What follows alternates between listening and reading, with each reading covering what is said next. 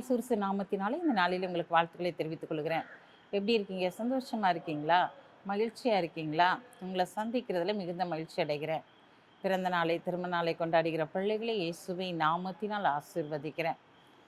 இந்த நாளிலும் அநேக காரியங்களில் ஆண்டவர் விடுதலை தந்தால் நலமாக இருக்குமே, எனக்கு யாராவது விடுதலை தரமாட்டார்களா என்று சொல்லி நீங்கள் ஏக்கத்தோடு காணப்படலாம்.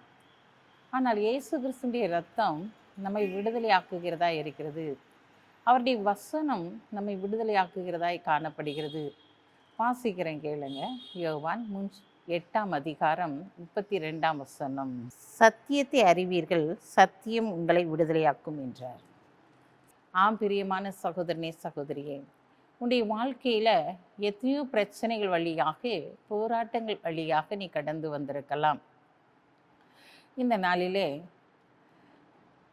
சரீரத்தில் வியாதி என்கிற பிரச்சனை, கடன் பிரச்சனைகள், இந்த நாளில் பிசாசினால் வருகிற போராட்டங்கள், ஏமாற்றம், தோல்விகள், எத்தனையோ விதமான பிரச்சனைகள் மத்தியில் நாம் வாழ்ந்து கொண்டிருக்கிறோம். இந்த பிரச்சனைகளிலிருந்து நம்மளை யாராவது விடுவிக்க மாட்டார்களா? ஏதாவது ஒரு வாசல் வழியாக என்னை அழைத்து கொண்டு போக மாட்டார்களா? எனக்கு யாராவது உதவி செய்ய மாட்டார்களா என்று சொல்லி நீங்கள் ஏக்கத்தோடு பார்த்து கொண்டிருக்கலாம். ஆண்டவர் இன்றைக்கு சொல்கிறாங்க, சத்தியத்தை அறிவீர்கள், சத்தியம் உங்களை விடுதலையாக்கும் என்று சொல்லி. ஆம் பிரியமானவர்களே, கர்த்தருடைய வார்த்தையை நீங்கள் அறிந்து கொள்ளும்போது, கர்த்தருடைய வசனத்தை நீங்கள் பிடித்து ஜெபிக்கும் போது எல்லாவற்றிலும் இருந்து நீங்கள் விடுதலையை பெற்றுக்கொள்ள முடியும். அதனால தான் பவுல் சொல்கிறாரு, நான் துர்க்குணமுள்ள மனுஷன், என்னை யார் விடுதலையாக்குவாங்க? அப்போ இந்த நாளில் ஆண்டவர் நம்ம எதுலையாச்சும் பாவத்திலிருந்து விடுதலை வேணும், சாபத்திலிருந்து விடுதலை வேணும், இந்த நாட்டில் வியாதியிலிருந்து விடுதலை வேணும், எத்தனையோ காரியங்களை, பிள்ளையுடைய திருமண காரியத்திற்கு தடைகளிலிருந்து ஒரு விடுதலை வேணும், கற்பத்தின் கனியை பெற்றுக்கொள்ள விடாதபடி இருக்கிற தடைகளிலிருந்து ஒரு விடுதலை வேண்டும், எப்படியோ ஒரு விடுதலை எனக்கு தந்தா போதும் அப்படின்னு சொல்லிட்டு ஏதோ ஒரு பிரச்சனையில் விடுதலையாக முடியாதபடிக்கு நாம் சிக்குண்டவர்களாய் காணப்படுகிறோம். ஆண்டவர் இன்றைக்கு உங்களை பார்த்து சொல்கிறாரு, இன்றைக்கு நீங்கள் விடுதலையை பெற போகிறீங்க, இன்றைக்கு நீங்கள் ஆசீர்வாதத்தை பெற போகிறீங்க. ஏன்னா உங்களை விடுதலையாக்குகிறவர் உங்களோடு கூட இருக்கிறார். அவருடைய இரத்தம் உங்களை சகல பாவத்திலிருந்தும், சாபத்திலிருந்தும், வியாதியிலிருந்தும் உங்களை விடுதலையாக்குகிறதாய் காணப்படுகிறது. அந்த இரத்த துளிகள் இந்த நாளிலே நம் மத்தியிலே கடந்து வந்திருக்கிறது.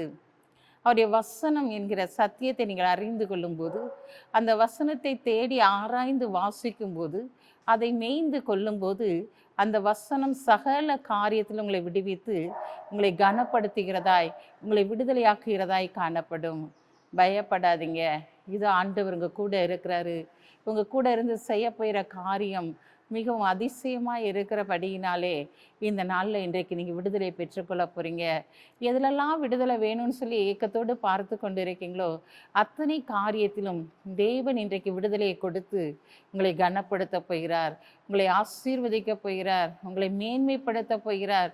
எந்த காரியத்தில் முடியாது, எனக்கு இதுலேருந்து வெளியே வரவே முடியாதுன்னு சொல்கிறீங்களோ அந்த காரியத்திலிருந்து தேவன் இன்றைக்கு உனக்கு விடுதலையை கொடுத்து உன்னை கனப்படுத்தி ஆசீர்வதிக்க போகிறார். கண்களை மூடி ஜெபிப்போம். அன்புள்ள ஆண்டவரே, இந்த நல்ல நாளுக்காக உமக்கு நன்றி செலுத்துறையா. இந்த நாளிலும் கூட தகப்பனே, உங்களுடைய பிள்ளைகளுடைய வாழ்க்கையில் ஆண்டவரே இருக்கிற எல்லா பிரச்சனையிலிருந்து உங்களுடைய பிள்ளைகளுக்கு விடுதலை கொடுங்க. பாவத்திலிருந்து, சாபத்திலிருந்து, வியாதியிலிருந்து, கடன் பிரச்சனையிலிருந்து, ஆண்டவரே கற்பத்தின் கனியிலிருந்து எல்லா காரியத்திலும் விடுதலை கொடுத்து உங்களுடைய பிள்ளைகள் எதிர்பார்க்கிற காரியத்தை செய்து நீர் அவர்களை கனப்படுத்தும்படியாக ஜெபிக்கிறேன் இயேசப்பா. இந்த நாளிலும் பிறந்த நாளை திருமண நாளை கொண்டாடுகிற பிள்ளைகளை இயேசுவி நாமத்தினால் ஆசீர்வதித்து ஜெபிக்கிறேன் இயேசப்பா. இந்த நாள் நான் உன்னை விட்டு விலகுவதும் என்னை கைவிடுவதுமே என்று சொன்ன வார்த்தையின்படி இந்த நாள் ஆண்டவரை நம்முடைய பிள்ளைகளோடு கூட இருந்து ஆளுகை செய்து நடத்துங்க. இயேசுவி நாமத்தில் ஜெபிக்கிற நல்ல பிதாவே, ஆமென்.